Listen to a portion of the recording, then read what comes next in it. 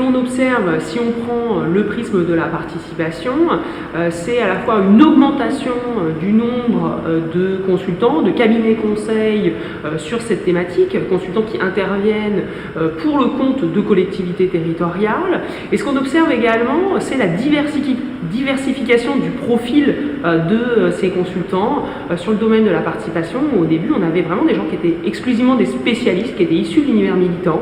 On a eu peu à peu des gens qui sont issus de la communication, des gens qui sont issus du conseil en management, des gens qui relèvent aujourd'hui de l'intelligence collective, du développement personnel, des bureaux d'études, etc.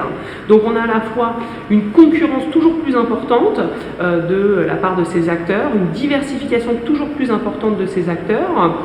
Mais ce qu'il faut bien retenir, c'est qu'on a bien un mouvement d'externalisation, c'est-à-dire qu'on va avoir recours à des consultants pour des raisons diverses et variées, soit dans la conception des dispositifs, soit dans l'animation des dispositifs, soit dans leur évaluation. Et que ce recours aux consultants, il ne s'arrête pas avec l'internalisation d'une compétence participative. Il ne s'arrête pas à partir du moment où les collectivités, les administrations, elles recrutent du personnel.